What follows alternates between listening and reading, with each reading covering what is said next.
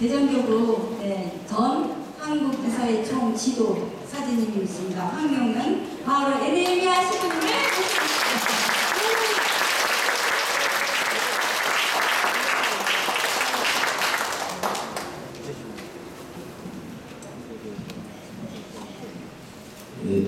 이제 시선이 뒤에서 강의하라고 그러면 이제 이제 장면들을 못 뵐 것 같아서 이쪽으로 옮기겠습니다.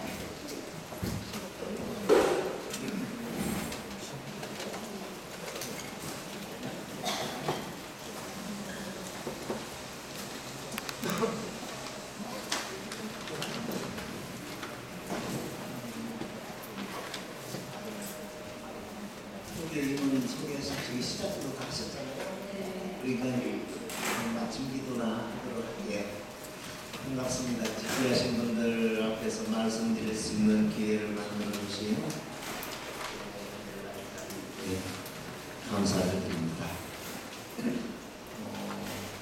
오늘날은 이기심이 극에 달한 이 시대에 인간에 대한 따뜻한 사랑을 찾아올 수 없는 세상에서 이제들이 어떻게 세상을 살아야 하나, 어떻게 살아야 정말 하나님께서 기뻐하실까 말씀 전하신다고 해서 제주도에 왔어요. 아니요?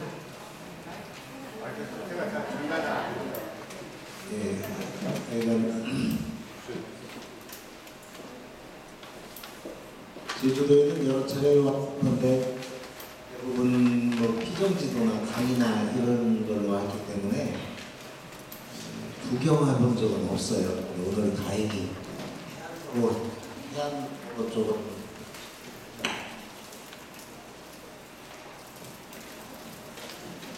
구경을 좀 했습니다. 아주 참으로 아름다운 곳이고, 야, 제주도에 살고 싶다. 그런데 제주교구 시민들이 제가 제주도 교구로 옮기는 걸 찬성하실 분이 별로 없을 것 같아요. 제가 광주신학교 다닐 적에 학사님들한테 아주 원성이 자자한 일을 많이 했거든요. 미화부장을 했었는데 학교 전체 청소를 몇 학년 아무개는 어디 청소 이 제가 지적을 해요. 또 아마 지도신 분 현수님도 그때 저한테 걸리셨나 어쩌나 모르겠습니다. 화장실 청소를 하는데 화장실 청소를 좀 대강 했다. 좀 청소하면 불러다가 화장실 청소는 이렇게 하는 거야. 깨끗이 닦고 변기를 제가 이 혓바닥을 할 때요. 이렇게 해. 오후 수업 시간이 이제 빠지잖아요. 이제 교수님한테 가서 이놈 정신 상태를 고치려고 화장실 청소를 다시 시켰습니다. 그럼 제대로 고쳐야지. 수업 빠져도 그런 청소를 해야 돼요. 이렇게 되니까 대전교구 황방으로 저는 언제 학교 쫓겨나가냐 이런 얘기도 나오고 그랬어요.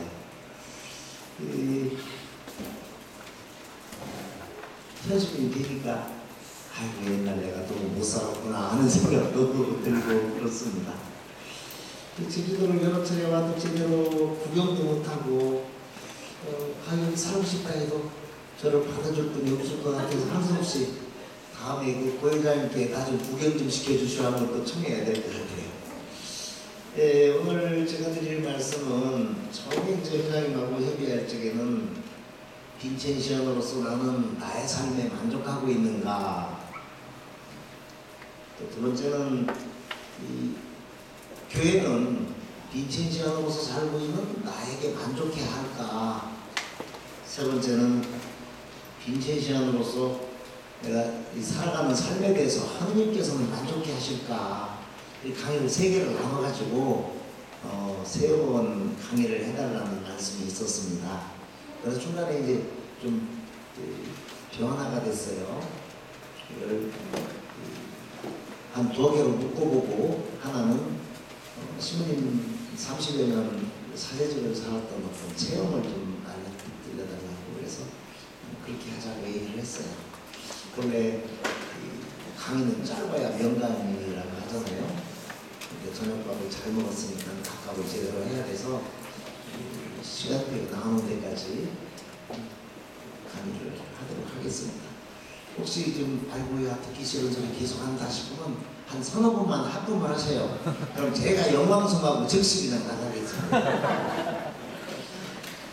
오늘 저녁 말씀은 빈젠시안으로서의 나의 삶에 나는 만족해 하고 있는가, 또 교회는 하나님께서는 만족해 하실까, 이런 얘기를 하면서 좀 다 못한, 시간 때문에 다 못한 것이 내일 연장시켜서 오전 강의를 하고, 뒤로는 이제 세 번째 강의는 제 간단한 체험의 말씀을 여쭤보도록 할게요. 빈젠시안으로서 나는 나의 삶에 만족하고 있는가? 여러분들 만족해하고 계시죠? 뭐 대답이 시원찮으신 거 보니까 네. 조금 예. 그런데 실제 우리 참 뻔뻔합니다. 너나 빈젠시안으로서 열심히 살고 있어? 그럼 너는 우리 나에 대해서 모르는데 너는 잘 사냐 이렇게 늘 얘기를 해요. 그리고는 뭐 잘못하는 게 있으면 조상 탓이죠. 잘된 게 있으면 내 탓이고 잘못한 게 있으면 조상 탓이에요. 그러니까 그 빈젠시안으로 잘 살고 있어? 이렇게 물으면 나는 열심히 살았어. 잘못된 게 있으면 조상 탓일 뿐이야. 이런저런 핑계거리를 찾죠. 그런데 이 사람이 정말 잘 살았나 잘못 살았나 언제 드러나느냐? 죽을 때 드러나요. 여러분들 성장례 봉사 많이 하시잖아요. 연도도 가시고 임종을 앞둔 분들 병문안도 가시고, 그럼 돌아가시는 분이 정말 내적으로 영적으로 평화롭게 하나님 나라에 들어가시는 분들 보면은 그렇게 아름다울 수가 없어요. 죽을 때 잘 살았나 드러나요. 근데 죽기 전에 언제 드러나냐? 치매가 걸려야 드러납니다. 제가 아는 어르신 중에 우리 교구에 유명하신 아주 독서를 하신 분이 계세요. 조성옥 요한신부님이라고. 아마 이 교구에서는 뭐 고순옥 신부님보다도 한 10년 전에 독서금을 받으신 분이니까 우리 교회에서 한참 어르신 분이죠. 근데 그분이 저를 신학교를 보내주신 아버지 신부님이에요. 근데 그분 아버님, 저를 신학교 보내주신 조신부님의 아버님에 대한 얘기예요. 이분이 돌아가시기 전에 한 3년간, 한 2년 반 정도 치매로 고생을 하셨어요. 그리고 한 날 아침부터 저녁까지 하시는 말씀이 한 가지 말씀이에요. 누구라도 만나면, 집안에 누구라도 만나면, 얘야, 우리 집안에 성직자 한 번 나오도록 기도하자. 그럼 교우들이 그 집 방문을 안 가려고 그래. 가기만 하면 붙들려서 성소를 위한 기도해야 되지, 사절을 위한 기도해야 되지, 주교를 위한 기도해야 되지, 또 주목경 고사함에 끌려가서 주목경 해야 되지. 그러니까 환자라고 정말 어렵다고 그래도 자손들이 요양원에 보내드리긴 하는데, 찾아보면 그러니까 나중에는 안 가려고 해요. 하여간 뭐 바쁘게 일하는 며느리 눈에 보이기만 하면 붙잡고 고상 앞에 데리고 가죠. 시험 공부할 손자도 데리고 가죠. 뭐 그래 손님이 찾아온대도, 아니면 뭐 집안에 무슨 수리할 일이 있어서 누가 수리공이 온대도 무조건 붙들고 고상 앞에 들어가서 우리 집안에 성직자 나오도록 기도하자고 해요. 참 기가 막힌 얘기요. 그런데 그분이 어떤 분이셨냐? 이분이 일정 때 신학교를 가셨어요. 안면도에서 서울까지 집신 5걸레를 뒤에 보따리에 메고 이제 올라가다 떨어지면 바꾸시고 올라가시는 거예요. 서울 가셨는데 소신학교에서 쫓겨났어요. 그러니까 그 어릴 때부터 일을 하신 거예요. 내가 장가를 가서 아들, 딸 구별하고 한 타스 이상 나서 성직자 수도자 많이 만들겠다. 그래서 결국은 결혼을 하셨죠. 결혼하시고 아들 셋을 신학교 보내고 딸 둘을 수녀원 보냈어요. 그간 그 자녀들을 성소의 길로 인도하기 위해서 한평생 기도하고 헌신적으로 노력하셨고 그런 결과가 나왔는데 그걸 어디다 대놓고 뭐 산꼭대기에서 마이크에 스피커 소리 내가지고 얘기할 일은 아니잖아요. 말없이 묵묵히 사셨어요. 치매 걸리니까 그게 드러난 거예요. 우리 집안에 성직자 하나만도 나오도록 기도하자. 그 어르신 그런 걸 보고 하는 교우들이 그래 삶은 그 사람이 어떻게 살았는지 죽을 때 드러나기 마련이고 죽기 전에는 치매 걸리고 드러난다. 제가 법동성당에서 백수 잔치를 해드린 이제 김바오라는 할아버지가 계셨어요. 인천 때 독립운동하셨던 분입니다. 북한도에서 엄동설안에 정말 만만한 동복 손바지 하나 없이 사냐를 누리고 따뜻한 쌀밥은 그냥 좁신 불린 물에 불린 좁쌀 한 줌에 맛있는 김치 대신에 그냥 소금 뭐 매달갱이에 끼니를 때우면서 일본군하고 피눈물 나는 혈전을 벌이셨던 분이죠. 이범석 장군과 함께 청산리 전투에도 참여하신 분이에요. 근데 우리나라는 평전투인가 조국을 위해 생명을 바친 순국 선열들의 아주 무심한 나라가 되어버렸잖아요. 독립유공자들 뭐 갈대갖고 천대갖고 외면당하고 또 6.25 때 그렇게 헌신했던 양반들도 유공자 지정도 안 되고 그래서 많습니다 지금. 이 노인네도 그렇게 무심하게 지나다가 몇 년 전에 이제 보건대상자로 지정이 됐어요. 그래서 지정이 되시고 난 뒤에 치매가 걸리시고 그래서 이제 요양원에 보내드렸는데 요양원에서 한 달 만에 이런 노인은 우리 집에서 도저히 못 모시겠다. 그래 집으로 데려가든지 다른 요양원으로 보내든지 하는 연락이 왔어요. 왜 그러냐 그랬더니 이 노인네 치매가 걸려가지고 매일 새벽에 방방마다 다니면서 일본 놈들이 오니까 싸우러 가야 된다고 잠자는 노인네들을 다 이렇게 떠오는 거예요. 그리고는 새벽 소동이 이제 끝나고 나면은 오후 내내 조용히 기도만 하고 있다가 저녁 식사 때 청와대에서 보낸 거 어디 내놔. 빨리 내놔라. 청와대에서 보낸 걸 내놓으래요. 이 오랜 세월 쪽으로 또 외면당하셨다가 유공자 지정된 후에 청와대 초청을 받아가셨는데 대통령님이 그동안 어르신 이렇게 지정을 못해드려 미안하다. 잡수고 싶은 거 있으면 뭐든지 말씀하셔라 보내드리겠다. 그러니까 보약 좀 보내주시오 그랬대요. 그러니까 보약도 보내드리겠다. 그래서 이제 집으로 오셨는데 실제 주변 양반들한테 물어봤더니 뭐 청와대에서 대통령님이 보냈다고 뭐 선물하고 보약을 놨대. 오게 한번 온 적이 있었대요. 네.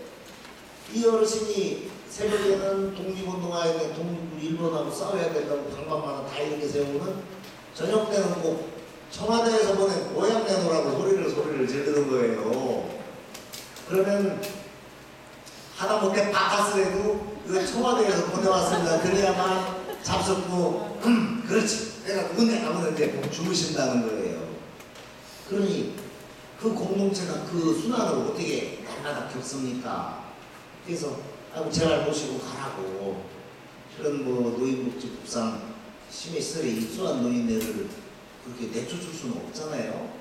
그런데 가족들이 다른 분이 너무 피해를 하니까 어떡하냐 할까. 그래서 이 집으로 모신 그런 경우가 있는데 이 어르신의 경우도 아마 자신의 일생 모든 기억을 잊으신 후에도 가장 소중하게 생각했던 일 대한 만세 조국의 독립운동을 하신 분 그리고 한평생 그걸 정말 무시당하고 외면당하고 인정 못 받다가 대통령님이 인정해주고 청와대 초청받아 보약 준다고 하니까 그런 것들이 마지막 남아서 이 내면 깊숙한 곳에 있던 것이 이렇게 외면으로 치매를 통해서 드러난 것이 아닌가 이런 생각을 해봐요.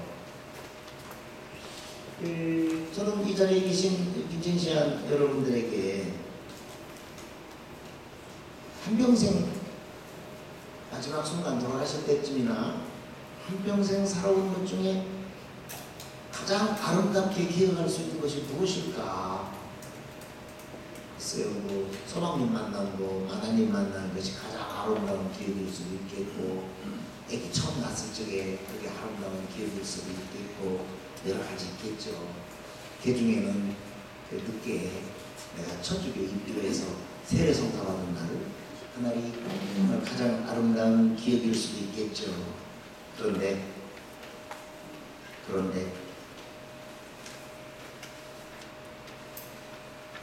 죽기 전 내가 가장 아름다운 기억으로 남길 수 있었던 것, 그것이 나는 정말 예수님을 늘 만나고 그 예수님과 함께 살았다, 이런 기억을 할 수 있다면 얼마나 아름다울까.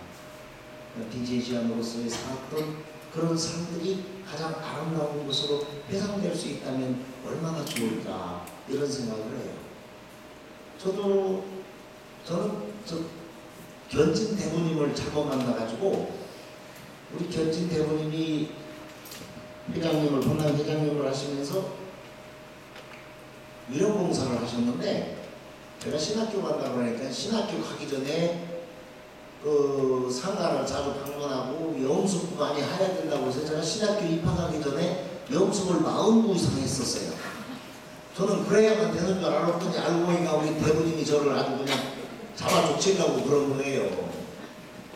그런데 지금도, 그때는 막 힘들었거든요. 옛날에 몇십 년 전인데 여름에 어떤 분 돌아가시잖아요. 그러면 뭐 손님 데려간다고 그냥 뭐 부엌에 그냥 솥까지 넣어놓고 불을 떼고 그럼 시신은 방 아랫목에 이렇게 모셔놓는데 계속 불 때면 그 어떻게 됩니까? 이틀 지나 하루 지나 이틀 좀 염습을 하려다 보면 이 살가죽이 손에 붙습니다. 이렇게 딱 붙어요. 그러면 여기 가죽이 그 껍데기 살껍질 표피가 묻어나요. 그리고 썩기 시작하면 냄새가 보통 독한 게 아니에요. 소주를 그냥 이것들이 두 병을 병나발을 들고 가서 해도 이게 비누로 닦아도 며칠 동안 냄새가 날 정도입니다. 저는 당연히 해야 되는 줄 알았더니 이 대부님이 저를 아주 독한 놈으로 만들려고 했던 것 같아요. 근데 지금도 그때의 일들이, 그때 정말 내가 하기 있는 아름다운 봉사를 했구나, 이런 생각을 해요. 그래서 저는 하는데, 여러분들이 정말 하느님 앞에 가실 적에, 아니 그 이전이라도, 아니면 내일 저녁 그날 하루 만나 때 하루를 돌이켜보는 반성의 기도를 하고, 정말 하느님께 나를 맡기며 잠자리에 계실 때 오늘 하루를 돌이켜볼 때, 오늘 하루 빈센시안으로서 활동했던 시간이 가장 아름답고 의미있고 보람있고 기쁨 충만한 시간이었다는, 그러고는 잠자리에 누우실 수 있다면 빈센시안으로서 자신의 삶에 만족해하지 않을 분이 어디 있겠어요? 저는 그런 말씀을 드려요. 물론 뭐 이 자리에 그닥 치매 걸리시다는 얘기 아닙니다. 고회장님 치매 걸리신다면 뭐 무슨 정세가 나올까? 틀림없으면 봉사하자 하고, 뭐 또 기도하자 하고, 또 뭐 찬양하자 하고, 이 양반 가족들도 골치가 아플 겁니다. 고회장님이 치매성이나 요양원 간데도 한 달도 못 버티고 쫓겨나올 양반인데, 실은 세상에서는, 세상에 있는 눈으로는 그렇게 보이지만 교회의 눈으로나 하느님의 눈으로나 나 자신은 얼마나 정말 만족해 할까, 이런 생각을 해봐요. 그리고 만약에 회장님이 그런 치매 증세를 보인다면 처음에는 저 양반 참 거룩하게 살고 그런 증세가 나오네 하지만, 그것도 3년 구안에 효녀 열고 있다고 한 달, 두 달만 지나면 며느리들이나 아니면 뭐 저쪽 가족들이 저쪽 방에서 아이고, 이제 좋은 말로는 아이고 우리 엄마 언제 하늘 나가시나, 험한 말로 아이고 저 늙은이 언제 죽나, 이런 소리 나오겠죠.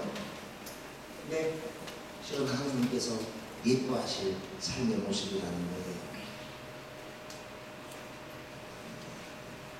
그런 모습을 보이는 빈센시안이라면 정말 마지막 가는 순간 하느님께서 마태복음 25장 최후의 심판에서처럼 나의 사랑하는 아들아, 나의 사랑하는 딸아, 너희가 여기 있는 형제 중에 가장 보잘것없는 사람 하나에 해준 것이 바로 나에게 해준 것이니 너를 위해 준비한 영원한 생명의 나라로 들어가라고 말씀하시지 않을까 그런 생각이 듭니다.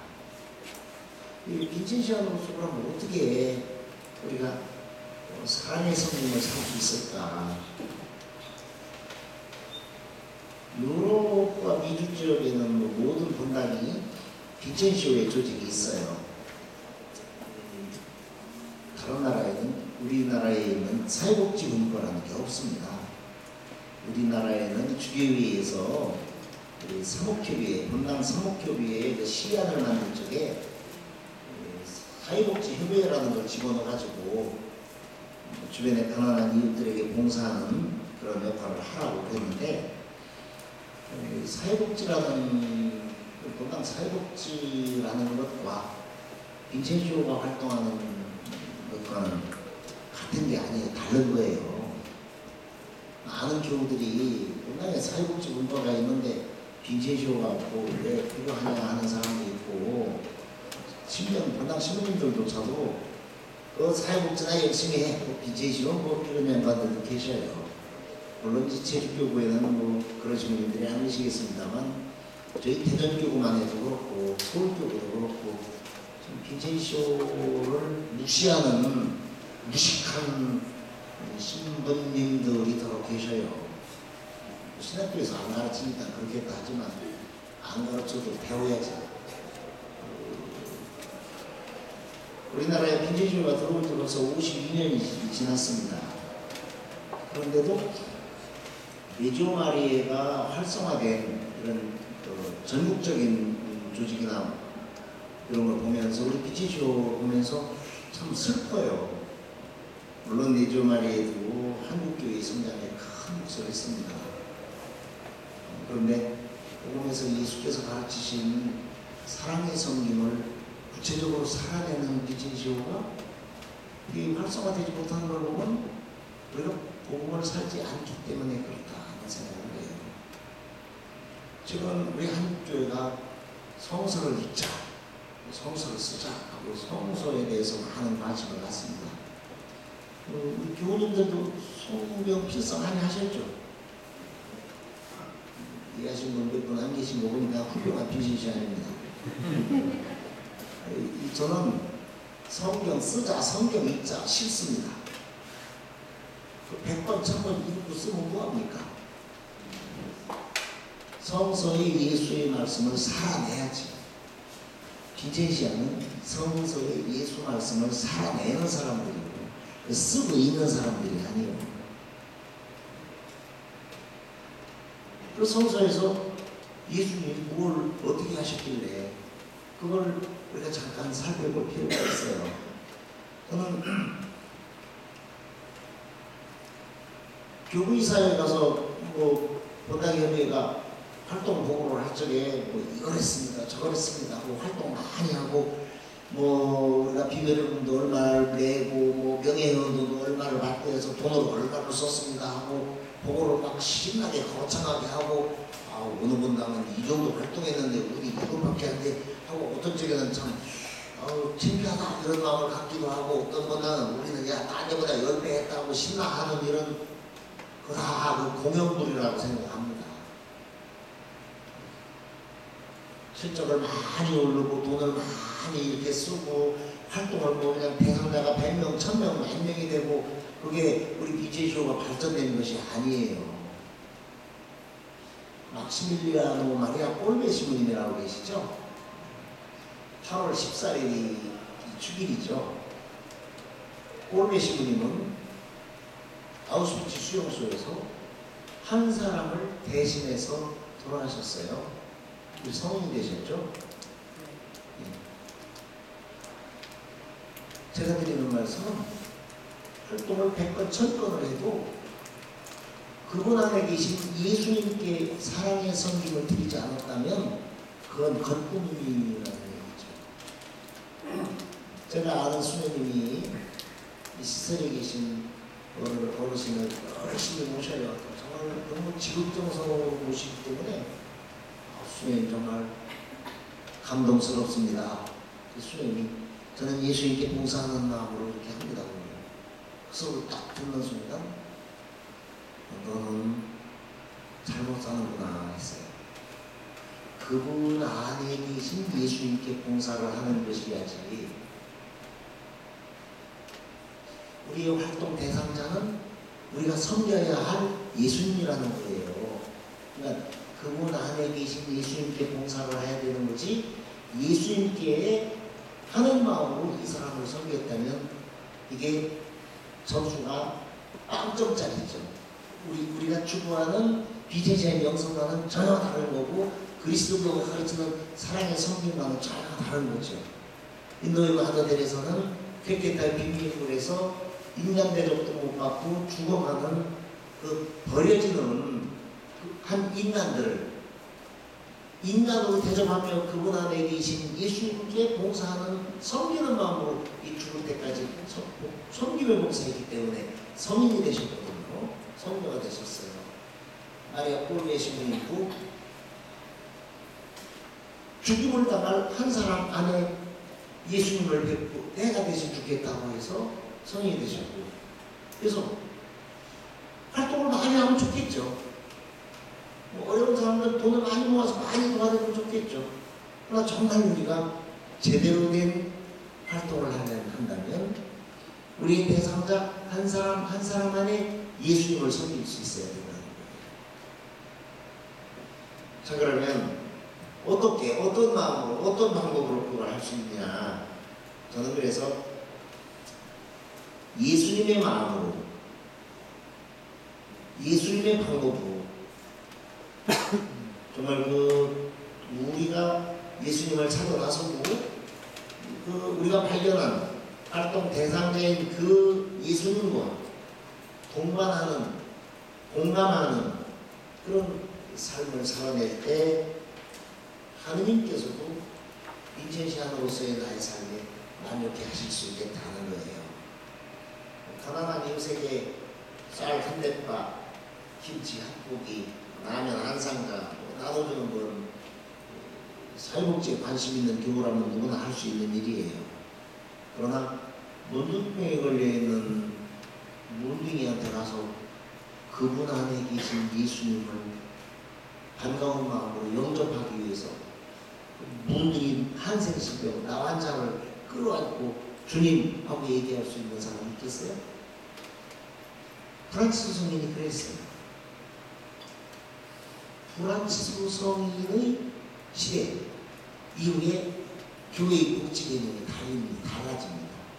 그전에는 물론 초대교회는 형제를 사랑으로 섬기되 예수님을 섬기는 마음으로 그러다가 그것이 이제 좀 더 영성화되면서 예수님께 섬기는 그것이 이제 초대교회 지남에 중세에 들어오면서 사랑의 섬김이라는 교회의 아름다움이 점점점 쇠퇴해요.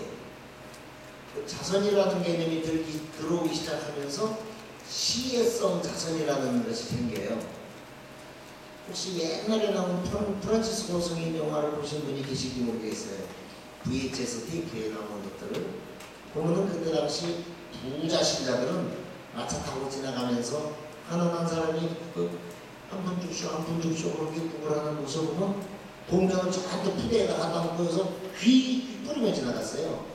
혹시 그 옛날 영화에 그런 걸 보신 기억이 있는지 모르겠어요. 그건 우리 그리스도교가 추구하는 자선이 아니에요. 그것이 그러니까 교회조차도 왜곡된 그 시혜성 자선의 세월을 지나다가 프란치스코 형 성인 때 그래 가난한 이웃이라고 일컬어지는 사회적 약자들 안에서 예수님을 발견하고 그 예수님을 사랑으로 섬겨드려야 된다. 이런 개념이 생기죠. 현대적 용어로는 카리타스라는 말이 바로 그런 뜻이에요. 카리타스라는 말은 라틴 말인데 여러 가지 개념을 담고 있어요. 명상 속 직역하면 사랑이라는 뜻이에요. 근데 하느님이 우리를 사랑하시는 사랑이 거기 담겨 있고, 우리가 하느님께 드리는 사랑이 거기에 담겨 있고, 우리가 이웃에게 드리는 사랑이 거기 담겨 있고 하는 많은 걸 담고 있어요. 또 그런 사랑의 섬김을 하는 교회의 어떤 조직들도 카리타스라는 명칭으로 사용하고 있고 그래요. 근데 우리 빈첸시안이 살아내는 삶은 그런 사랑의 섬김이라는 카리타스라는 거죠. 그런 차원에서 우리는 프란치스코 성인처럼 또 우리의 영원한 스승이신 빈첸시오 성인처럼 살아야 된다는 거죠. 그때 교황님들께서 빈첸시오회를 축복하셨어요. 교황님들은 빈첸시오회 노릇으로 이미 곧 하느님 나라를 완성할 수 있다고 하셨어요. 하느님 나라를 완성하는 길은 사랑의 섬김이라는 얘기죠. 그런 차원에서 저는 빈첸시안들은 모두 성인이 될 수 있는 사람이다. 물론 정규 신자가 다 이 성인이 되는 하겠죠. 이미 빈첸시안들은 성인의 길에 한 걸음 들어선 사람들이에요. 제가 옛날에 시골 건강시험 잠깐 할 적에 저희 어머님이 저 밥을 해주셨는데, 사태 강론 때 여러분 천당 가고 싶어서 천주교 다니시죠? 그러니까 시골에 노인네들이 다 노인분들이 예 그러셨어요. 지금 당장 천당 가고 싶으신 분 손 들어보세요. 그러니까 아무도 안 들어요. 우리 엄마가 앞쪽에 계시면 시민님 죽은 천당보다 산 연옥이 낫대요. 그러셔요. 그래서 제가 안 가보셨으니까 그러시지, 가보셨으면 내가 저 세상에서 왜 지금까지 고생하며 살았나 하실 거예요. 그 말씀을 드렸는데, 우리가 하느님 나라를 잘 모르기 때문에, 아니 머릿속으로는 알죠. 교리로 들어서 알죠. 체험이나 체감하지 못하기 때문에 하느님 나라에 대한 열망이 강하지 못해요. 성인이 되고 싶은 열망도 마찬가지예요. 사실 성인이 되고 싶은 열망에 불타올라야 우리는 하느님께 더 잘 섬김을 해드릴 수 있어요. 성인이 되고 싶은 열망이 없는 사람이라면 참된 그리스도인이 아니죠. 그래서 이 자리에 계신 제주도 빈첸시안들이 모두 성인이 되고픈 열망으로 가득 찰 때 우리는 우리 주변의 가난한 이들과 공감하고 동반하며 하느님 나라를 완성해 나갈 수 있겠다, 이 말씀을 드려요. 사실 얼마나 멋진 인생이고 얼마나 멋진 신앙입니까? 자, 그러면 우리가 어떻게 예수님의 마음으로, 예수님의 방법으로, 예수님처럼 이 시대에 어림받은 예수님을 섬기며 살 수 있을까? 그건 복음을 읽어봐야 돼요. 아까 성경은 읽고 쓰고 그러는데 살아내지를 못한다고 하는데, 복음서의 예수님을 보면 예수님이 하루 공생활 3년을 어떻게 사셨을까? 시간적으로 쭉 이렇게 분석을 해보면요, 예수님도 저녁 때 7, 8시간 주무셨을 거 아니에요. 그죠? 저는 이 생체 리듬이 깨져가지고 잠을 거의 못 자요. 한 2, 3일 동안 뜬 눈으로 그냥 멀거니 있다가 하루 수면제를 한 따따블로 먹어야 하루 자고, 또 2, 3일 못 자다가 또 자고, 그래서 사목을 못 해요, 지금. 그런데 예수님도 저처럼 생체 리듬이 깨지셨을까? 그 양반도 저녁 때 7, 8시간 주무셨을 거예요. 그리고 또 뭐 진주도 잡수셔야 됐을 거고, 또 저녁 때 잔치집에 가서 소주 한잔 하셨을 거 아닙니까? 요즘 뭐 예수님이 잔치집에 술 잡수는 얘기가 많이 나와. 그러니까 그 유대인들, 바리사이들이 거짓말을 하지 않는 사람들입니다. 근데 그 바리사이들이 예수님을 부를 적에 뭘 하냐면 저 주정꾼 이렇게 부릅니다. 우리는 애주가라는 예수님을 호칭할 적에 애주가라는 게 아니에요. 술 주정꾼이 이렇게 호칭을 해요. 우리가 성경을 번역할 적에 시부님들이, 바리사이들이 예수님한테 이 주정뱅이야 이런 표현에서 교우들이 좀 그럴까봐 그걸 부드럽게 해서 표현을 했지만, 그 이스라엘 말 히브리어를 직역하면 그런 식이에요. 그러니까 이 양반이 술도 잘 잡섰을 거예요. 저도 조금 빈체쇼 지도신도 하고 또 그럴 적에 날마다 그러면 안 되겠지만 한 달에 한 번 정도는 저 빈체쇼 2부 행사로 술쟁쇼도 좀 해봐라 그랬는데 그 바람에 자매님들 때문에 제가 좀 자매님들 남편 되시는 분들한테 뭐라고 말도 듣고 그랬는데 하여간 약자가 하시면서 기쁨을 나누는 것도 인간적인 기쁨을 나누는 것도 예수님의 방법이요. 어쨌든 이 너무 나갔나? 어쨌든 네. 예수님의 마음으로 방법으로 알려면 예수를 살펴봐야 돼요. 8시간 이상 주무셨고 그럼 하루 24시간 중에 8시간을 빼고는 16시간 남지 않습니까? 그럼 16시간을 어떻게 사셨나? 복음서를 보면 전체 내용의 절반은 하느님 나라에 대한 가르침이고 나머지 절반은 가난한 이웃들과 함께한 거예요. 예수의 공생활 절반은 가난한 이웃들에게 사랑으로 섬김을 살아내기 위해서 있었던 거예요. 그러면 오늘날 본당시민도 그렇고 주일인도 그렇고 가난한 이웃을 섬기기 위해서 당신의 사목의 열정을 절반을 글로 할애해야지.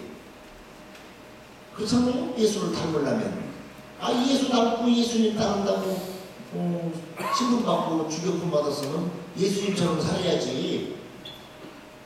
제가 왜 주gin이 근무할 적에 주교님들한테 예수님처럼 산다고 저 신부되고 주교님 품까지 받으셨으니까 예수님 닮으셔. 그러니까 주교님들이 저 자식이 또 무슨 얘기를 하려고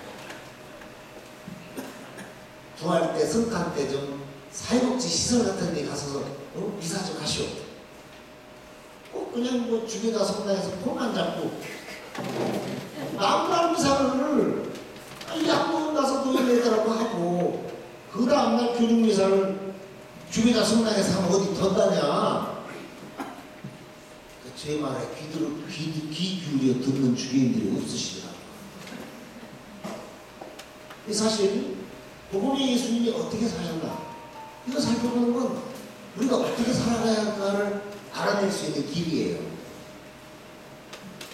당신의 공생활의 절반이 하느님 나라에 대한 가르침. 물론 바리새인들 막자들하고 싸우고 독소를 퍼붓는 것도 실은 하느님 나라의 가르침이죠.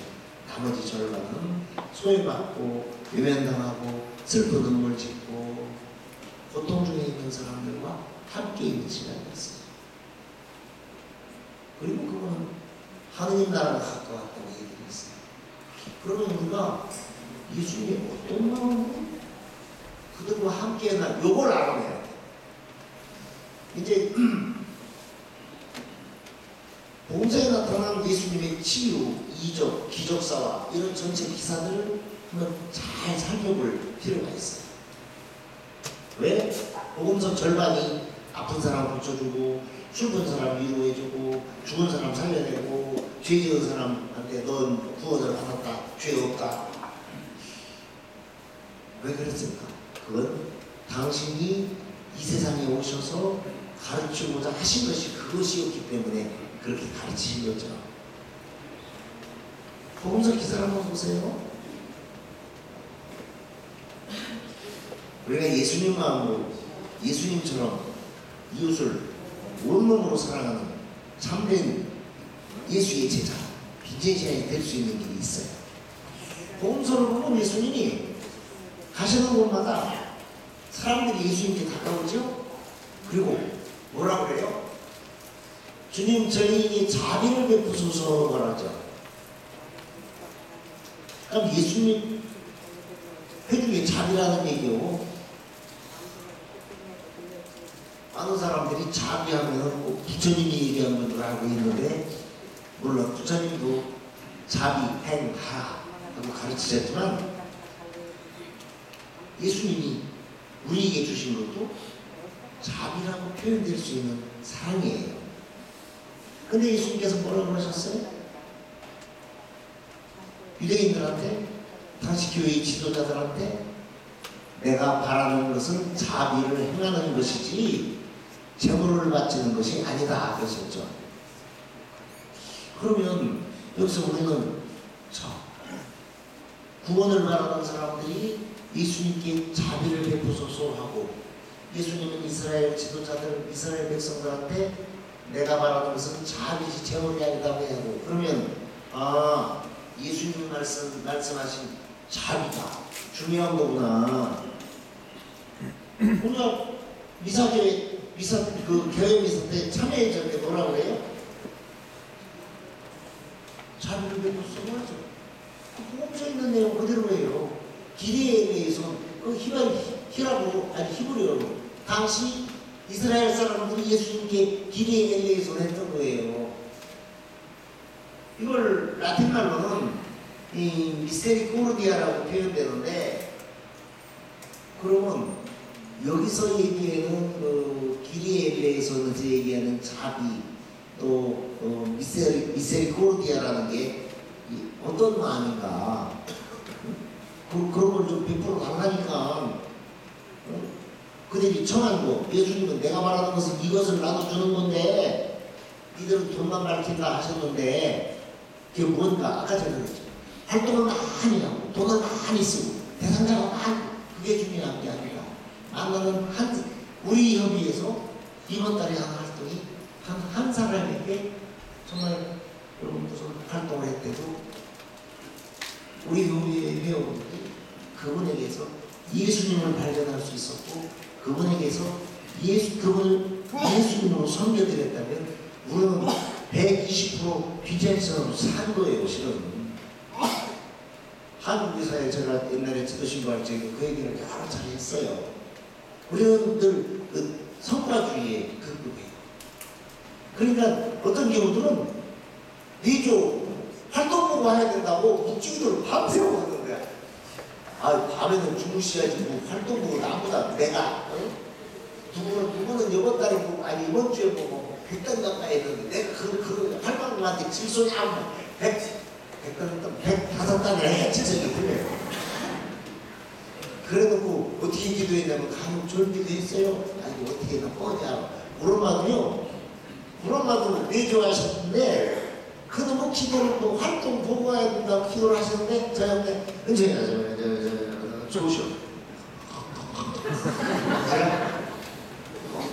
엄마 다른 편이 좋으셔. 그럼 스님이 하면 주무세요. 어디까지 했더라? 너 다시 이게 비제시오도 그런 유혹에 빠질 수 있어요. 활동을 많이 해야 된다. 돈을 많이 써야 된다. 그렇게 빠질 수 있어요. 그러나 막시밀리아노 마리아 꼴레 시민처럼 단 한 번의 예수님을 정말 발견하고 단 한 번의 예수님께 사랑의 성김을 온전하게 해야 된다면 우리 협의회는 최고의 활동을 한 거죠.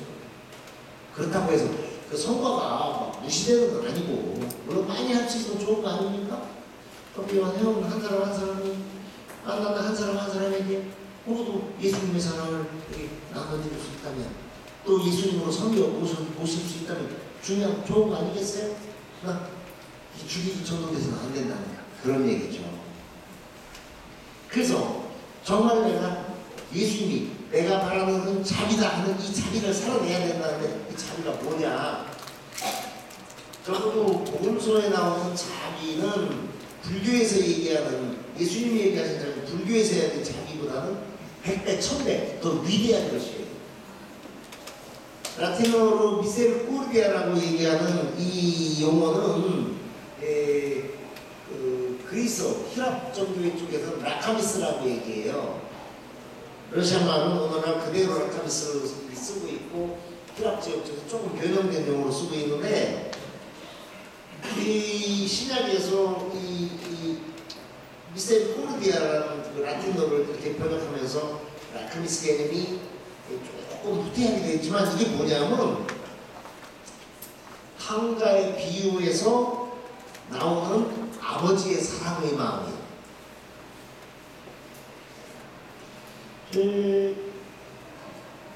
탕자의 비유 다 아시잖아요. 근데 우리는 그 탕자의 비유를 탕자의 비유라고 알고 있는데 실은 뭐 본래 그게 성경에는 그 단락단락 소 제목이 붙어 있지 않아요. 교우들한테 그 이해를 좀 더 새롭게 하기 위해서 단락단락 소 제목을 붙여준 건데 우리나라에서는 그 대목을 탕자의 비유로 붙였는데 독일어 성경에서는 자비로운 아버지의 비유라고 이렇게 소제목이 붙어 있어요. 자비가 풍요로우신 하느님에 대한 사랑을 얘기한 거예요. 그리고 그 독일어 성경이 그런 그 유형이 프랑스나 이태리나 유럽권에는 그렇게 이렇게 똑같이 붙여져 있어요. 그래서 요한복음 2세교님께서도 자비로우신 하느님이라는 표치를 만들 때 탕자의 비유로 언급을 하셔요. 근데 우리는 뭐 탕자의 비유 이런 거 보셔도 다 아시잖아요. 뭐 어떤 양반이 돈도 있었고 저 아들들을 키우고 있었는데 작은 아들놈이 아버지 뭐 돈 좀 내시오. 아버지 돌아가시면 내 것이 될 텐데 미리 좀 주시오. 그런 건방 터진 일이 있나? 아니 저 회장님들은 아들이 아버지 돌아가시면 다 될 텐데 미리 좀 돈 좀 주시오. 그러면 뭐라 그래? 이런 모르장머리 없는 놈의 새끼 그래서 그래요. 그죠? 아니겠네. 네? 근데도 또 당시만 해도 이스라엘 율법에 자식이 재산을 상속할 권리가 없었어요. 근데 그 아들한테 재산 절반을 뚝 떼서 주잖아요. 그럼 나가서 별짓을 다 남기 거지가 돼서 오는데 그 아버지가 어땠겠냐? 첫박스를 없는 자식이 세상 물정 모르고 재산을 달라고 해서 그 마음에 또 상처를 줄까봐 돈을 뚝 떼서 주기는 했지만 이놈이 뻔해. 인생 벌써 반복이 넘어 오래 살아온 자신의 경험으로 봐서 이 자식 어디 가서 무슨 짓 하고 무슨 짓 하다가 거지가 돼서 지금 밥이나 먹지 않나 굶지 않나 그러다가는 아이고 용서해 주시라고 올 텐데 이때 나올까 저때 나올까 그 아버지가 어떻겠어요? 이놈이 나가고 처음에는 건강이 어떨까 보았자 나중에는 굶어 죽진 않나 그래 집 인간에서 저쪽 동북아에 있는 느티나무 쪽을 쳐다보고 아침부터 저녁 해질녘까지 이놈이 오면 저길로 올 텐데 그랬을 거 아니에요. 그러다가 어떻게 됩니까? 집에서 결국 한 발짝 더 나가야 되지. 나중에 그 동북아에 있는 느티나무에서 자 지평선 넘어 이놈이 언제쯤 올까 기다리게 되죠. 네. 그리고는 그 자식이 헛발질해서 돈은 좀 하다가 아버지가 본능적으로 안 쓸 거예요. 그냥 걸어마 가서 내 새끼야 하고 그걸 안 왔지 않습니까? 그런 마음으로 우리의 활동 대상자 한 사람을 만나라는 거예요. 그러면 기적이 일어납니다. 기적이 일어납니다. 우리 교구에 민지주 회장 한무환이라고 있는데 이 친구는 지금 엄청난 갑부요. 뭐가 갑부냐면 돈이 많아 갑부가 아니라 그쪽에 그분이 있는 본당이 영생의 임대주택 5,000세대가 있는 동네예요. 직접 와서 아이고 내 새끼 내 아들 하고 가면 다 내 아들이네 지 아들이네 노인네들이 다. 그러니 집집마다 다 내 아들 내 새끼. 아니고 탕자의 위에 그 새끼가 아니라 모든 어르신들이 자기를 그 아버지처럼 사랑해주고 섬겨주고 받들어주는 사람이 없어. 그럼 모든 집에는 다 내 새끼요. 제가 그 황회장한테 그러죠. 미셀모디아 라카미스 이 길이 애매소하는 이런 마음으로 노인네들을 섬겨라.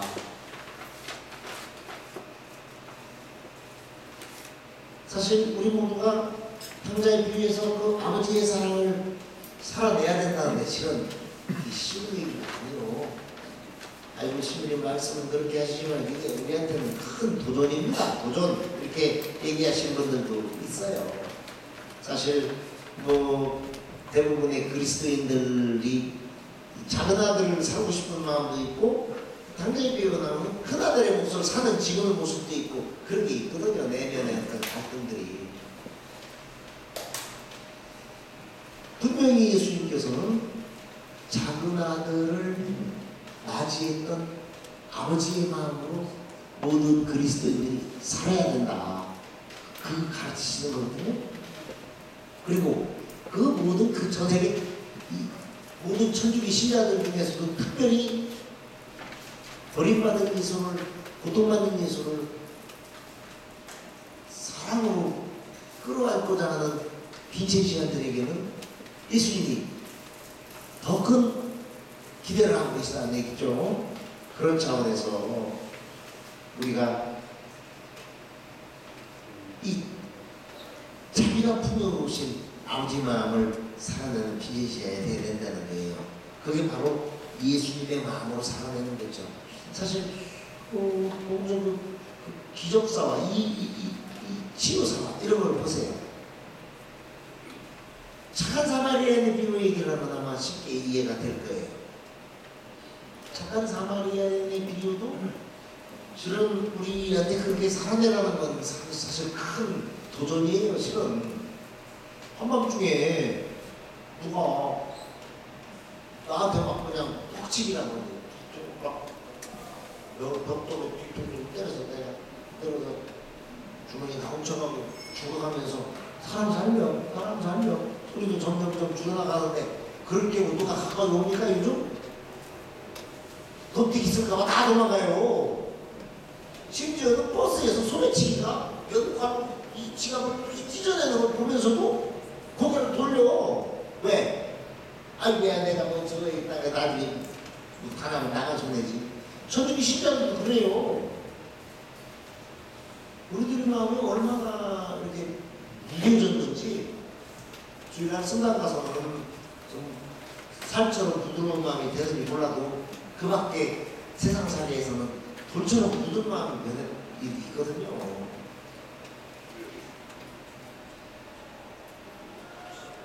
예를 들어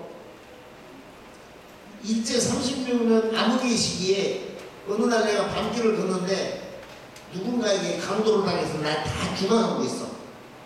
근데 너도 나도 모른 체하고 발걸음을 재촉해 지나가는데 마침 지나가는 일본놈 순사놈이 나를 급진히 간호했다면 나는 그 사람 그 일본놈 순사에게서 그리스도를 발견할 수 있을까?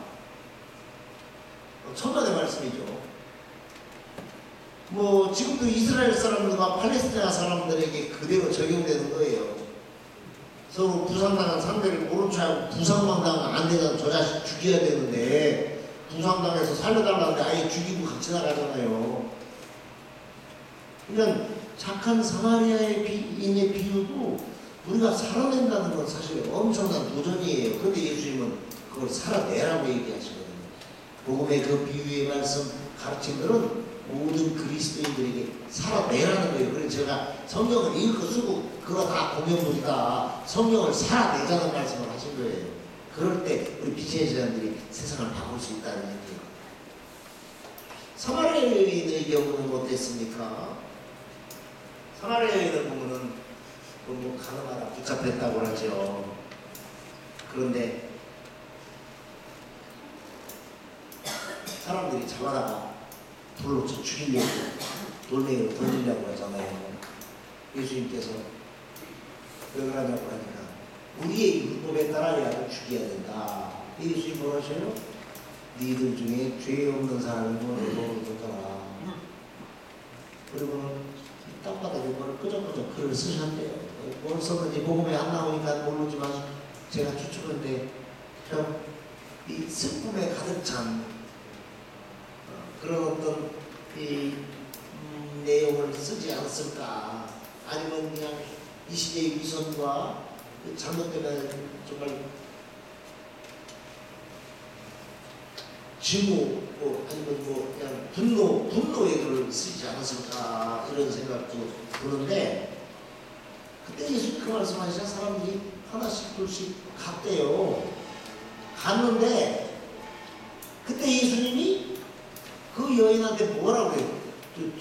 돌 맞아 죽을 위험이 있던 여자한테 뭐라고 그랬어요? 따라 그래요. 이 히브리어를 그대로 번역하면 따라예요. 그냥 공동번역에서는 그냥 여인아 이렇게 번역을 했는데 따라. 저는 예수님이 그 가늠한 여인을 따라하고 불렀을 때 땅바닥에 뭐 쓰셨다 때의 마음을 읽어볼 수 있을 것 같아요. 실제 예수님이 그 여인을 자기 딸처럼 사랑했다는 얘기요. 그러니까 우리가 활동의 대상자를 내 피부치처럼 내 새끼처럼 어르신이라면 내 아버지처럼 그렇게 받아들이지 않으면 우리는 예수님이 가르친 것을 100% 살아내지 못한다는 얘기죠.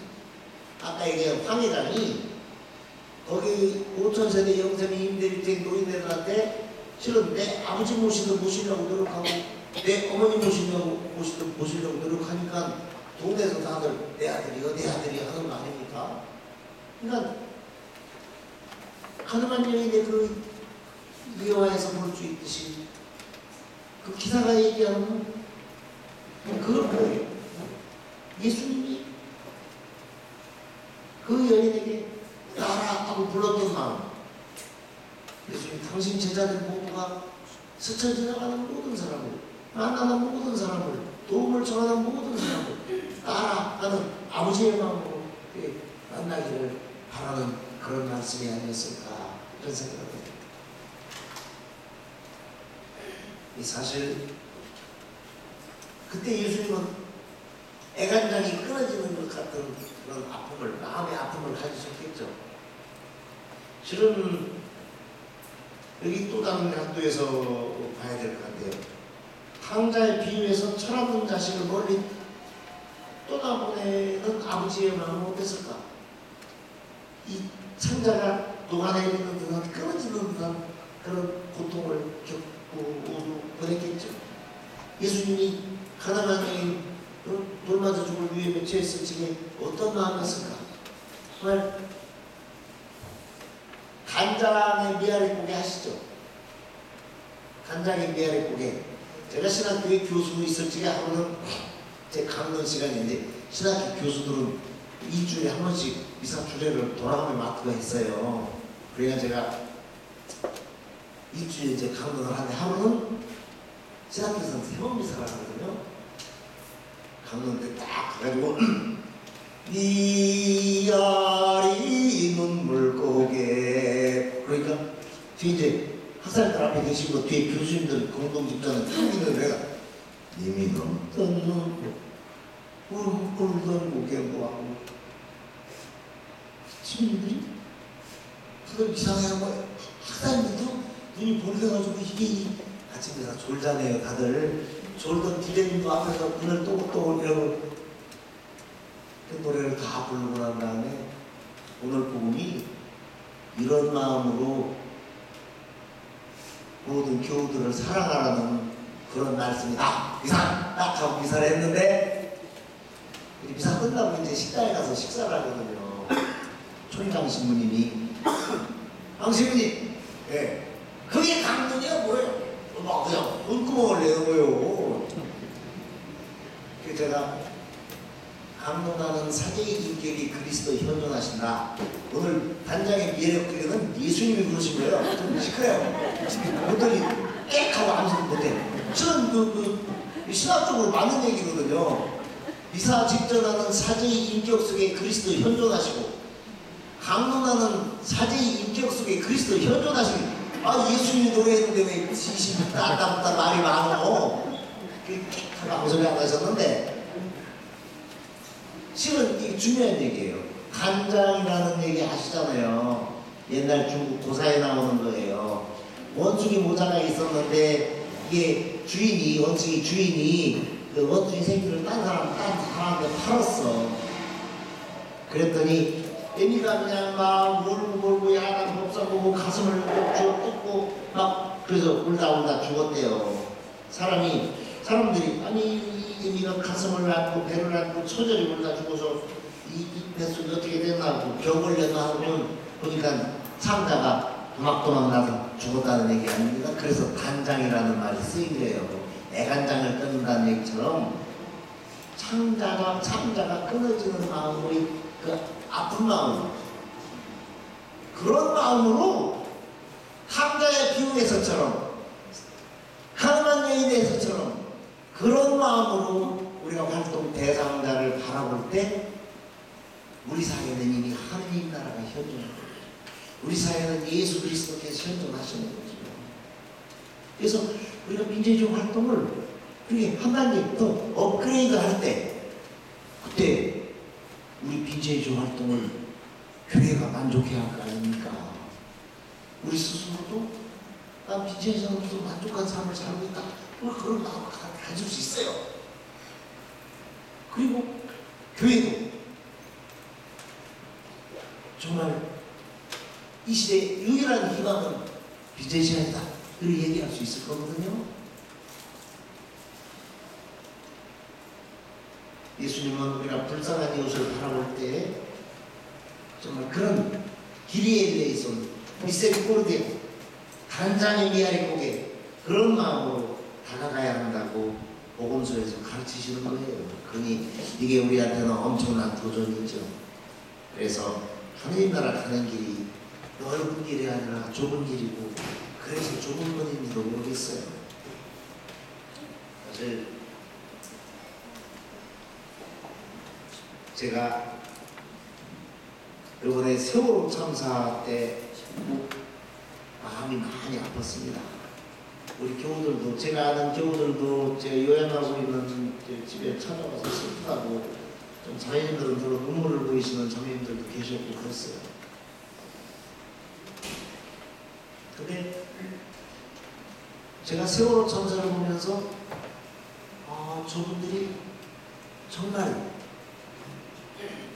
굉장하신 분이다. 뭐냐면 우리는 내 자식, 내 새끼, 우리만 생각해요. 근데 그 유가족들은요, 희생자 유가족들은 우리라는 개념 속에 너를 생각하더라고요. 내 새끼만이 아니라 우리 새끼 전체를 다. 이게 좀 우리나라에서는 보기 드문 현상이에요. 무슨 이익이 달려있어, 이권이 달려있을 적에 우리 함께 똘똘 뭉쳐서 뭐 돈이라도 뺏어야 이권이 달려있을 적에는 눈이 벌게가지고 우리가 남이다 하나다 이렇게 얘기를 하는데 그런 비참한 아픔 속에서 서로가 그놈도 내 새끼 하는 마음을 보고 야 이게 우리나라의 미래의 희망이 있다. 이기심이 극에 달하는 이 시대 좋은 표현을 보여준다. 이런 마음을 가졌어요. 근데 우리가 이뤄내는 세상이 그런 세상이야 하거든요. 이기심이 가득한 게 아니라 이타심이 가득한 세상. 이 집의 어르신도 나의 부모님이고 옆집의 애 새끼도 내 새끼고 근데 뭐 옆집의 애 새끼도 내 새끼를 보는 사람 누가 있습니까? 당장 우리 집에서 우리 애하고 저쪽 옆에 개똥이네 집 애하고 애들이 밖에서 싸워서 그러면서 그러니까 우리 집 애랑 저쪽 애랑 싸워서 애들이 우는 거야. 그러면 그 애 같은 경우는 가서 뭘 할 거예요? 안 봐도 뻔해요. 대부분 내 새끼는 팔로 이렇게 감싸고 저쪽 집 새끼는 왜 싸워? 왜 싸우냐고 그냥 대놓고 밀어버리거든요. 아니 내 새끼가 잘못해서 맞았으면 승질이 더 나지. 그런데 내 새끼가 소임이 잘했고 내 새끼가 잘못했는데 내 새끼 가를 때렸다면 내 새끼를 혼내야 되는데 오히려 사냥을 가를 밀어붙이고 집에 가서는 그놈 때려서 잘했다. 이겼으면 되었어. 이겼으면. 참 이게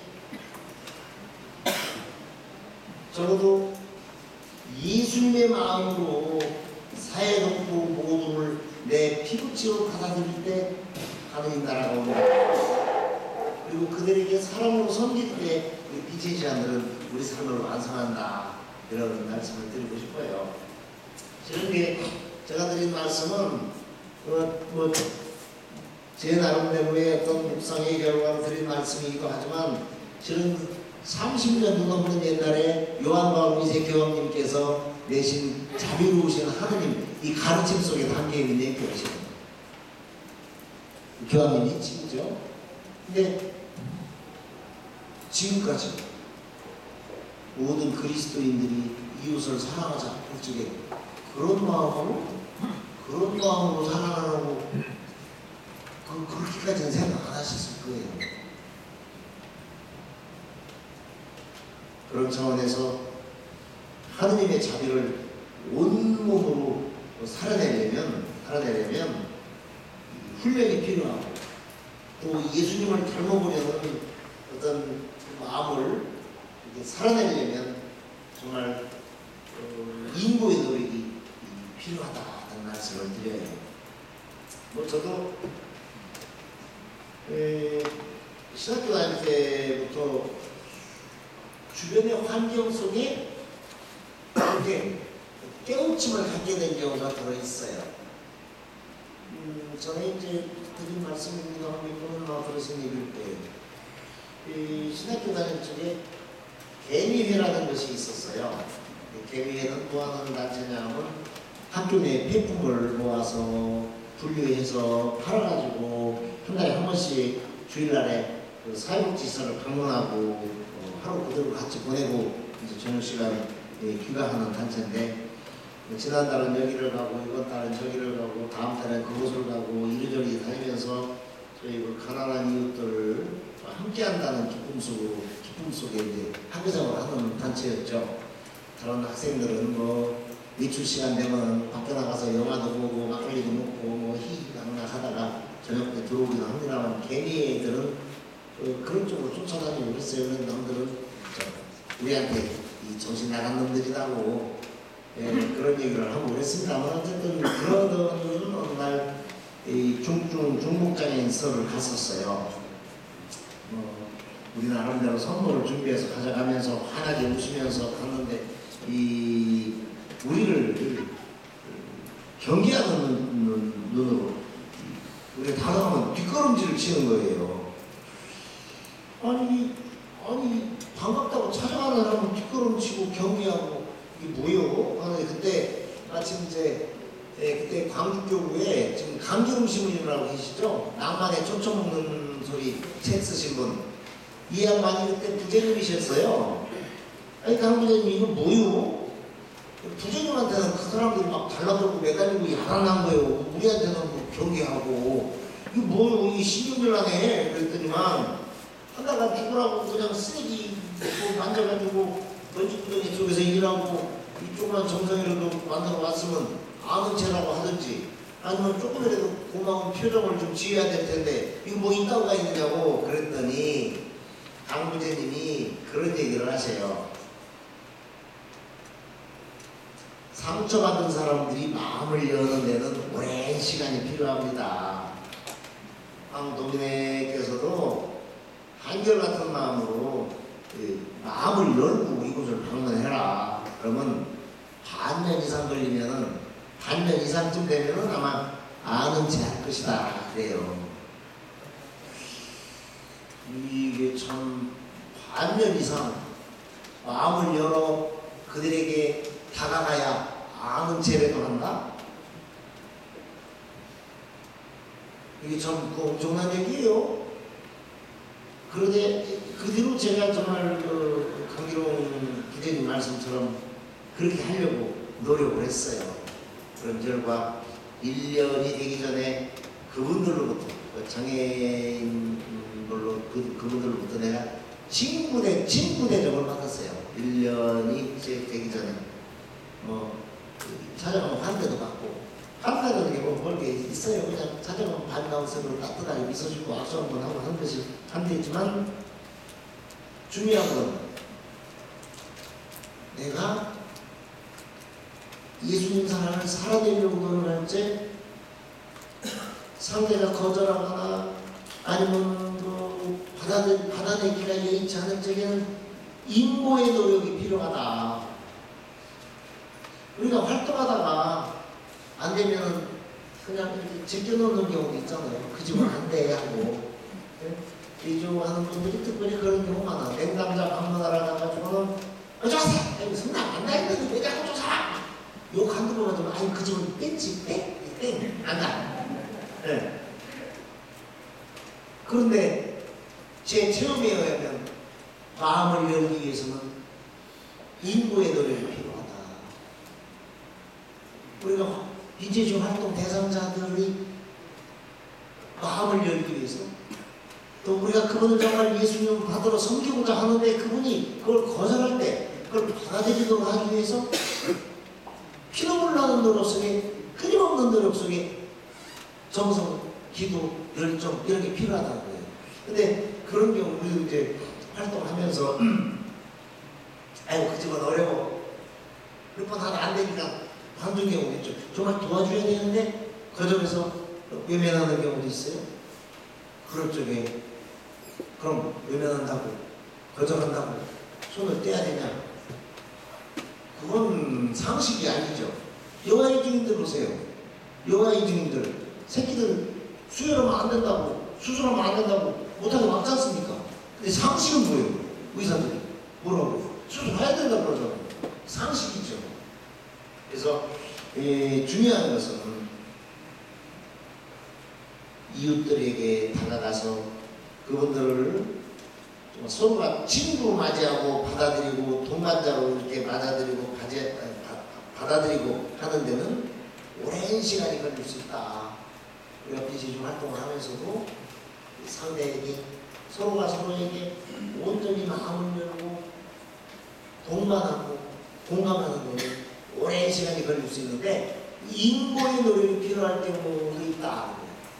그걸 중간에 아이고 안돼 아이고 힘들어 아이고 이건 뭐 부족이야 아이고 어쩔 수 없어 하고 포기하면은 긴 시간이 어떤 그 영성이랄까 정신에 미치지 못하는 것이다 라는 얘기죠. 또 하나 이제 이것 같은 또 아주 중요한 말씀인데 우리가 비제자 활동을 하면서 아까도 중세 때 얘기했습니다. 그 시혜적인 자선을 베푸는 마음을 더 가질 때가 많아요.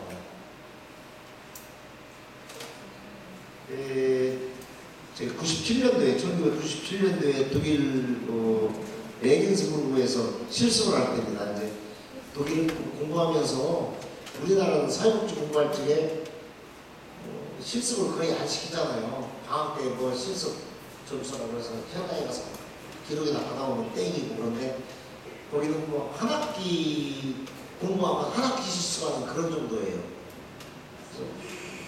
그래서 실습을 하는데 뭐 외국 생활이 다 그렇습니다만 고향 생각이 절로나죠. 김치도 먹고 싶고 된장국도 간절하고 학교에서 공부할 적에는 한번 청국장이 먹고 싶어서 청국장을 보내달라고 청국장 얻어서 그걸 기숙사에서 끓여 먹으려고 하니까 여기서 청국장 끓여 먹으려고 보따리에서 하고 나갈 준비하고 끓여 먹으래요.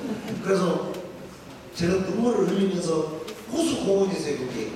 호수 공원에 가서 부스 타고 공원 한복판에 잔디밭에서 청국장 끓여서 밥 말아 먹고 들어온 적이 있었습니다. 근데 실습장에 가가지고 한 달간 혼자 거기서 막 고향 사람들이 거의 없어요. 중국 사람들이 좀 들어있었는데 고향 생각 저러나도 된장국 생각나고 막 그래서 버티다 견디다 레겐스부르크에서 뮌헨까지는 기차 타고 한 4시간 정도 가면 돼요.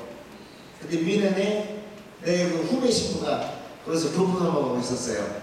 박진수 신부라고 대우기 오신 분인데 전화를 해서 야 진수야 나 김치도 먹고 싶고 된장국도 먹고 싶고 죽겠다 미치겠다 나 니네 집 갈 테니까 그 좀 준비 좀 해줘 그러고 전화를 끊고 차를 타고 갔어요. 저녁 때 일과 맞추고 밤차 타고 거기 도착 12시 가까이 되는 시간에 뮌헨에 도착해서 김치 좀 주자. 김치 야 된장국 없냐 그랬더니 이 박진수 신부가 형님 기차 타고 4시간이나 오셨는데 제가 드릴 게 없습니다.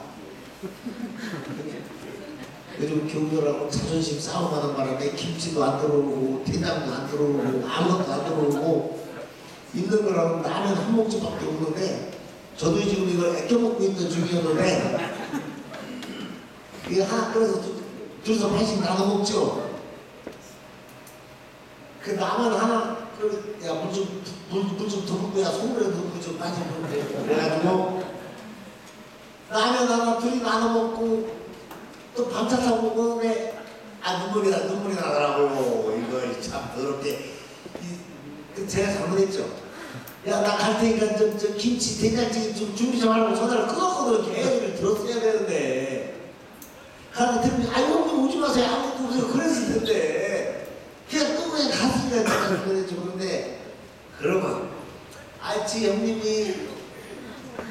이 김치 생각 저러다 나면 자존심 좀 적고 아는 경우한테 김치 좀 한 번씩 좀 꺼주고 그러지 그럴 일이지.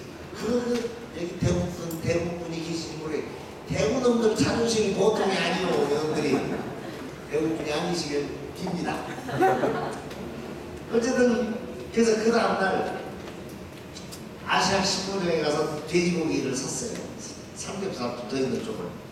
상추는 없어가지고 배추 좀 사고 뭐 된장이 뭐 없잖아요. 근데 중국 사람들이 있어서 마늘이 있어서 그래 마늘도 좀 사고 이 소주는 먹고 싶은데 소주는 없으니까 소주 맛하고 비슷한 시놉스라는 술이 있습니다. 시놉스 그것도 한 병 사고 그러고 와가지고 그 장애인 시설에서 바베큐 부는 것 좀 빌리고 해서 그걸 고먹는데 소주 먹고 그 돼지고기 삼겹살을 구워가지고 소금 찍어서 먹는데 신세가 그렇게 처량한 거예요. 얼핏해서 봉선아야 그 모양이 처량하다. 그게 혼자 삐질삐질 울고 있는데 장애우 한 분이 휠체어를 타고 내 쪽으로 나와요. 너 우냐? 왜 우냐? 그냥 생각나서 운다. 야 음식도 힘들고 일도 힘들고 외롭고 미치겠다. 그랬더니 그럼 직접 얘기하지 않았냐? 왜 혼자 있었냐? 여기서 중요한 얘기를 했어요. 넌 아직도 우리를 친구라고 생각하지 않는 거야. 장애인들이 나한테 넌 아직도 우리를 친구라고 생각하지 않는 거야. 우리는 네가 친구라고 생각했는데? 이러는 그래서 저는 아주 중요한 깨우침을 얻었죠. 지금껏 나는 정상인이고 신부고 세상에 더 많이 봉사하기 위해서 지금 공부하고 있고 학위하고 있고 이 현장에 그게 실습자 이 사람들 도와줘서 왔는데 그리고 여기서 독일 직원들보다 내가 더 열심히 더 많은 일을 하고 있는데 제가 생각한 기준의 관점이 잘못된 거예요. 그러니까 내가 예수님으로서 그들에게 다가가고 그들한테 예수님을 봐야 되는데 나는 그들을 도와주고 그들을 구해주고 구해주고 했던 나 자신을 갖고 있었거든요. 그래서 내가 그들을 도와주는 존재가 아니다. 우리 서로 존재 완성을 위해서 도움을 주고받는 존재들이다.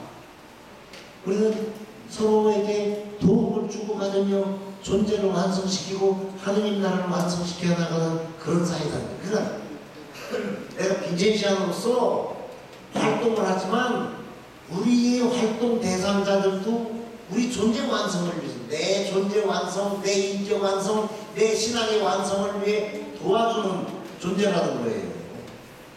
우리는 그걸 이끌어서 내가 그들에게 베풀어 주거든 내가 그들에게 활동하거든 그게 아니라는 거죠. 여기서 중요한 깨우침을 얻을 수 있어요.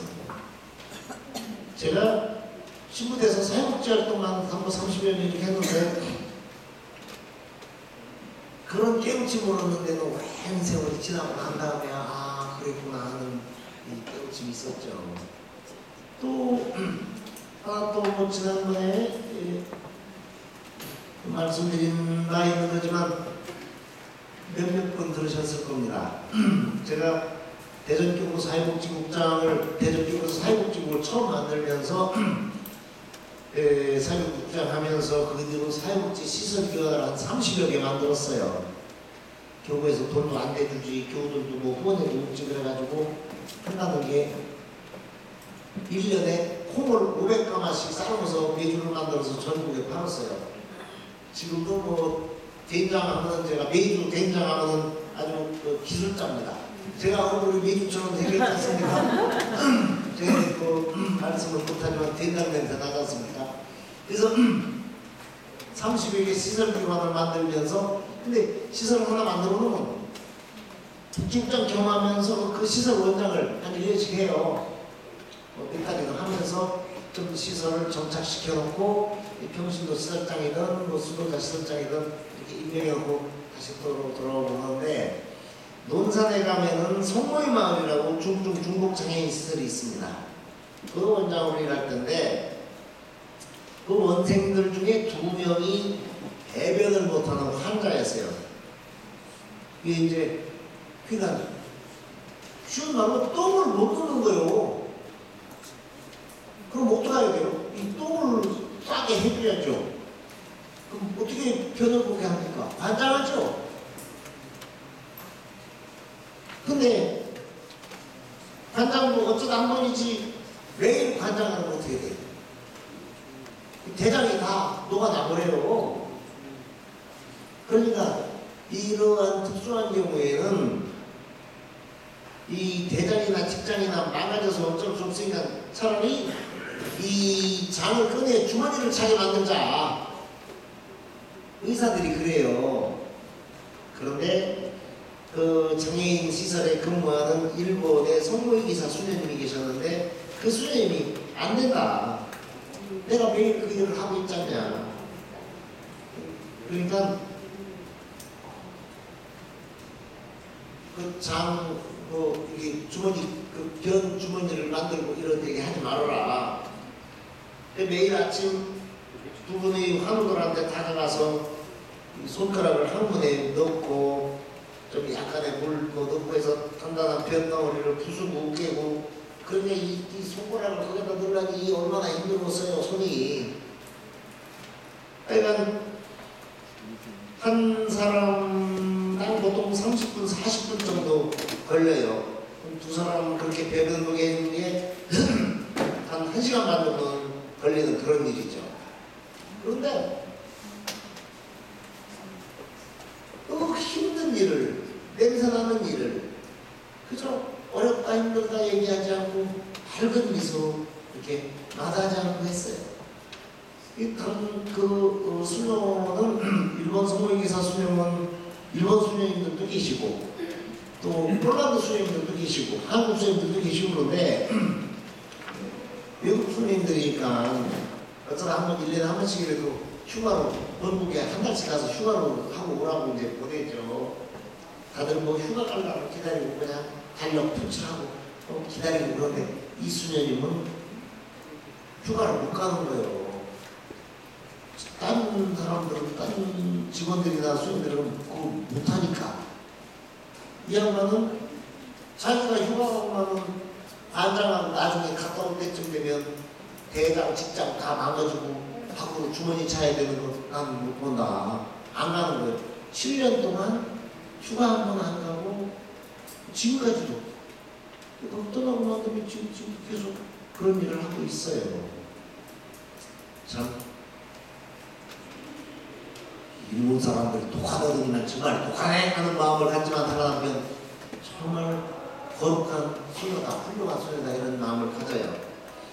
제가 서울 주교에 있을 적에 주교인들한테 사회복지시설 좀 한번 가서 미사하라고 아까 했다고 아까 말씀드렸잖아요. 교구 주교님한테도 부활 때나 성탄 때 좀 제발 좀 사회복지시설 좀 돌아가면서 좀 미사 좀 하라고 덜덜덜덜 볶아대는데 이제 복지국장이니까 교구 뿌리가 멤바니까 덜덜덜덜 볶아대죠. 주교님이 따면 바보가 재판관의 비유가 하나도 틀리지 않아. 찐득이를 붙어서 막 악을 쓰면 주교님들 결국은 들어주셔요. 난 몇 년을 악을 썼더니 알았어 그러면 이제 논산 성모의 마을 거기로 성탄 미사가 이게 오신다고 했어요. 박이사. 그래서 제가 이제 야 이번 성탄 때 주기님이 여기 오셔서 미사한다는데 하신다는데 니들 뭐 좀 선물 좀 내가 준비하고 뭐가 필요하냐 그랬더니만 화장품을 사달래. 에?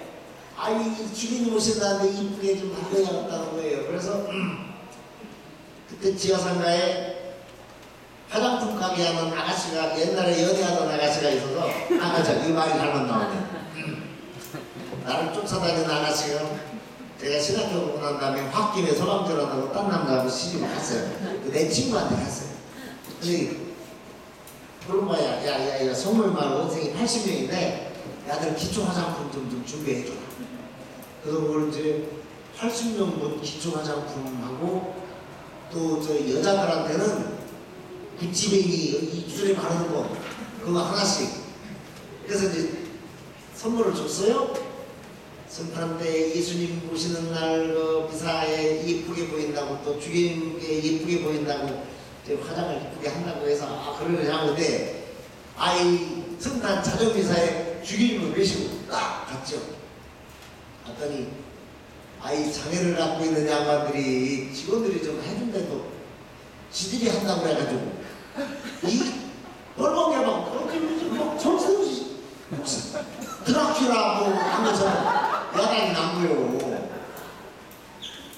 주님도 놀라셔서 주님께 이쁘게 보인다고 발로가기가 방송을 하세요. 주님이 하고는 아이고 이쁘다고 그러셨어.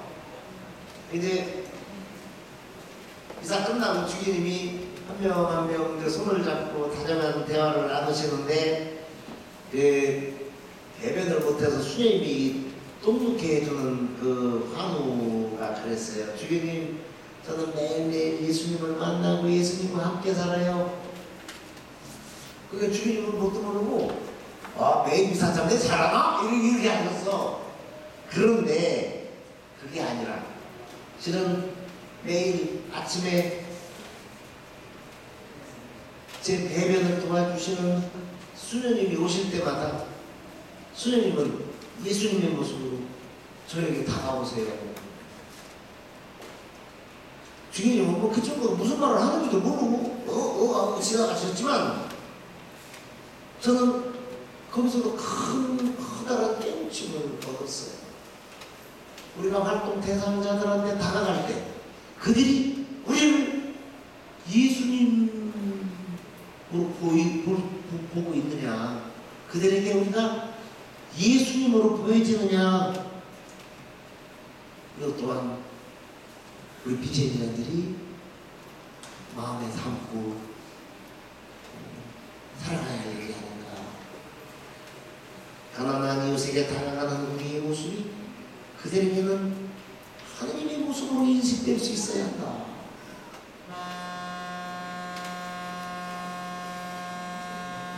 이제 끝날 시간이 됐다는 얘기입니다. 사실 저는 우리 교우님들께 그런 말씀을 드려요. 모든 빈제시아들은 예수님의 마음으로 예수님의 방법으로 살아야 된다. 빈제시 활동을 살아내야 된다는 얘기예요. 그러나 다른 한편 아까 말씀드린 몇 가지 여호와의 얘기도 그렇고 또 마지막 말씀 내뱉 못하는 화두의 얘기처럼 우리가 그런 모습으로 변화될 때 우리 빈제시아들은 하느님 나라를 완성하는 사람들일 수 있을 거예요. 그리고 하느님께서도 우리의 그런 삶을 만족해 하실 거예요. 그리고 우리 스스로의 빈제시아로서 자신의 삶에 만족하는 그런 삶을 살아갑시다. 그리고 우리의 삶의 교회도 만족하는 그런 빈제시아가 되고 마지막 날 하나님 앞에 갈 때 가기 이전에 지금 현재의 삶을 사는 순간순간도 하나님께서 우리를 보시고 만족해 하시는 그런 빈제시아는 삶을 살아낼 수 있도록 노력을 합시다. 오늘 말씀 이렇게 마무리할게요. 영광이 성부와 성자와 성령께 영원하지 영원하사 영원이라. 고맙습니다. 성령.